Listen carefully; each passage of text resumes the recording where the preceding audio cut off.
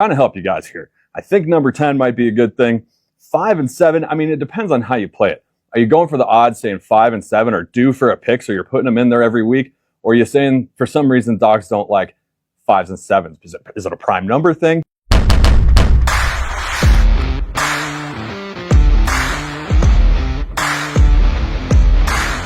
Good evening, I'm Dogolotto Dan, and this is Dogolotto's Hardball, where the numbers matter, the dogs decide, and the humans usually get it wrong. This week's winning numbers were 10, 8, and 3. That's 5 out of 6 weeks now for ball number 10. It's not a fluke anymore, it's a trend. So for those of you who are not picking 10 because, you know, the stats say that, gosh, it just shouldn't get picked anymore, the dogs are obviously showing some favor to it, and that's one of the wild card elements of this game. If we had a random ball picking machine, we might not have seen the number 10 5 out of 6 times so far. But these are dogs, and dogs are doing their dog thing. Interestingly, also, the 10 ball this week was blue and did get picked again. So the theory that it's getting picked mostly because it's a yellow ball, sort of out the window. I mean, it was already half cooked because there's 2 other yellow balls each game, and we don't see the trend there. But I digress. So yeah, that's 5 out of 6 weeks now for ball number 10. Number 8 is heating up. It's been picked 3 times now and slides into the number 2 spot there. Now this week, one player was only 1 number off from hitting the jackpot. They picked number 10 and number 8 in the correct order, but their final number was a 4, so that wasn't quite right. So close, yet so wrong. So the jackpot is rolling over again, going to be up to let's see, $175 value this coming week on Monday at 6. Let's talk about the human picks for this week, because quite frankly, they're wild. Over 65% of this week's entries included either a 5 or a 7. Now, that's weird statistically enough, but let's recap a little bit. Number 5 has never been picked. It's the only ball so far in this game that has never been picked. And then there's ball number 7, which has only been picked 1 time in week 1 and never again. So it kind of showed up and ghosted, gave us the old Irish goodbye. Don't know when we're going to see 7 again. And yet the humans keep betting on them like it's a tradition. Meanwhile, number 10 is the dog's clear favorite, shows up in just 6% of picks. So I'm trying to help you guys here. I think number 10 might be a good thing. 5 and 7, I mean, it depends on how you play it. Are you going for the odds saying 5 and 7 are due for a pick, so you're putting them in there every week? Or are you saying for some reason dogs don't like 5s and 7s? Is it a prime number thing? I don't know. We're going to take a look at this chart, ball popularity. You can see here, dogs are hammering number 10. Humans are avoiding it like it's cursed. And the opposite, look at number 5. The humans love it, and the dogs haven't touched it. There's not a single pick there for the dogs, like we discussed. Moving on to my second chart here, this is the disparity chart. So this shows dog picks minus human picks, shows the difference between how dogs and humans are picking their balls. Obviously, we can see kind of the same things here. You got number 10 is by far the standout on this graph and the last graph. Dogs are picking it like crazy, humans barely picking it. And then you can see 5 and 7 there, those big deep bars going down into the bottom. That's the humans way over indexing 5 and 7 with the dogs picking them 1 time between the 2 numbers. So if you like due numbers, that 5 and 7 are definitely overdue, but the dogs don't seem to care. All right, let's get into pupping the ante. This is the section of dog poker we explained last week on the show, but I'll briefly review. So basically, this is how it goes. Each dog's poker hand consists of their last 5 ball picks on the show. So if the dog has 5 picks and comes in for a 6th, that first one drops off, and he's still got his current 5 cards. Now, the hands work a little bit differently. So we've got colors instead of suits, and there's more yellows and blues than there are reds and oranges. We don't have jacks, queens, or kings. I guess we have aces. Ace is the 1, right?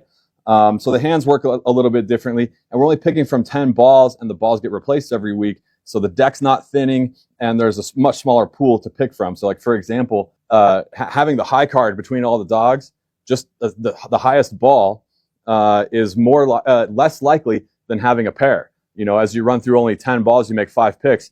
There's like a 50% chance that you have a pair in there, but only like a 43% chance that you've got the highest ball. So the hands work out a little bit differently for dog poker. So most common, you're going to see 1 pair. Next most likely is 2 pairs of colors. So first would be a pair of numbers, 2 2s or whatever. The next would be 2 pairs of colors, like 2 oranges and 2 blues, or 2 blues and 2 yellows. Then you also see a lot of runs, 3 runs, like 1, 2, 3, 6, 7, 8, that kind of thing, and 3 of a color. Those are all going to happen pretty often. Rare stuff, full houses, either with numbers or colors, is going to be really rare. Flushes are basically mythological. Straight flushes are impossible, and so that's basically it. But here's the graphic showing the dog poker hand rankings. In order, we've got 1 pair of numbers at 50.4%, a 2-color pair, meaning you've got a pair of 2 different colors. Weirdly enough, that beats a 1-color pair. If you draw 5 balls, you're more likely to have a pair of 2 different colors than you are to just have a pair of 1 color. After the 2-color pair, we have a run of 3, and those runs and straights do go around the world from 10 to 1. Then we've got high card coming in as the 4th least likely hand. 3 of a color, 1-color pair, full house of colors, 2 pairs of numbers, a 4-run straight, 3 of a kind, 4 of a color, a 5-run straight, a full house of numbers, a flush, 4 of a kind, a sequential straight, which is basically going to be impossible. That's where the dog picks, a 5-number straight in the correct order, not, picks the right numbers and then match them around. That's never going to happen. And then a straight flush is impossible right now, at least, because the numbers always have the same colors almost all the time. I'm thinking about starting to rotate which numbers are which colors and publishing that ahead of time so that you guys can kind of use some of this color data and this number data more to your advantage. So if that changes, we'll definitely let you know here on the show. So yeah, remember, you're drawing from 10 numbers with replacement because the balls get replaced every week. So pairs are really common. Straights are extremely fragile. Charlie, last week, we need to update on that. He was sitting on a 2, 3, 4, and a 10. So if he had picked a 1 on the show, let's play the clip here. If he had picked that 1 ball, that would have been an around the world straight.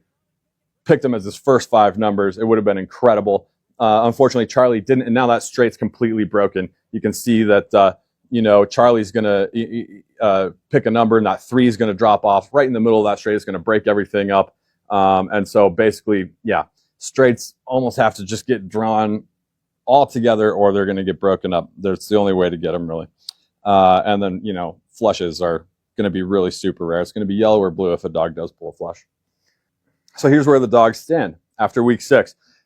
Charlie has a 3, 4, 2, 10, and 8, which is a pair of orange balls, but that straight he was chasing is dead. Secret holding the 1, 3, 8, 9, and 2 yellows. So 1 more yellow, and Secret's going to have 3 of a color.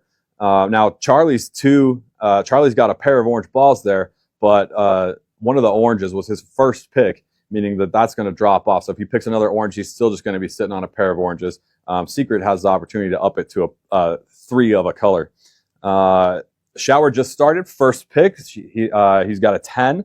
Too early to tell what's going to happen there. Nerd also has 1 pick. He's got an 8. Kahlua hasn't picked since week 4.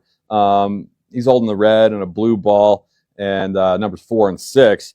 So nothing really building there. Maybe the possibility for a straight at some point. No one's hit a full house yet, and by the math, we should have hit one by now. So that'll be interesting to see when that comes around. So what's the smart pick for this week? How do you take these stats and work that into a number that's going to win you the jackpot on Dogolotto? Well, if I was a betting man, which I'm not, I'd play 10, 8, and 5. I don't know what number or what order to put those in, but 10, 8, and 5. 10, the dogs love it. 8, the dogs are really picking up on that one. And then 5, just to kind of mix those strategies and say, man, 5's got to get picked. It's never been picked. So I'd say a 5 or a 7 is that third number. Don't know what order to put them in for you guys. It's going to take some deeper analysis for me to figure that out. But again, our only jackpot winner so far completely picked her number at random. So far, picking completely at random is the only winning strategy on the books. I believe her father didn't know what she was doing, and she just asked him, pick a number between 1 and 10. Do it again, can't pick the same number. Do it again, can't pick the same number. And that's how she picked the winning number. So once again, the stats are here. I've got them all. Now you've got them. It's time to apply that and pick your number, and hopefully you're going to win yourself a jackpot. Summing it up for today, we'll take another look at these 2 graphs. We need to start closing that disparity between the dogs and the humans. Be the trendsetter. Use this information to guide your pick and see if you can fetch yourself a jackpot on next week's Dogolotto. Go to coolfmonline.com/Dogolotto. Pick your numbers for free. It's free to play, free to win. Sponsored by Sierra Toyota and Kyle and Stephanie Nickell, paying the adoption fees of every jackpot winner. For all of us here at Dogolotto and Cool FM Live, I'm Dogolotto Dan. We'll see you next week on Hardball.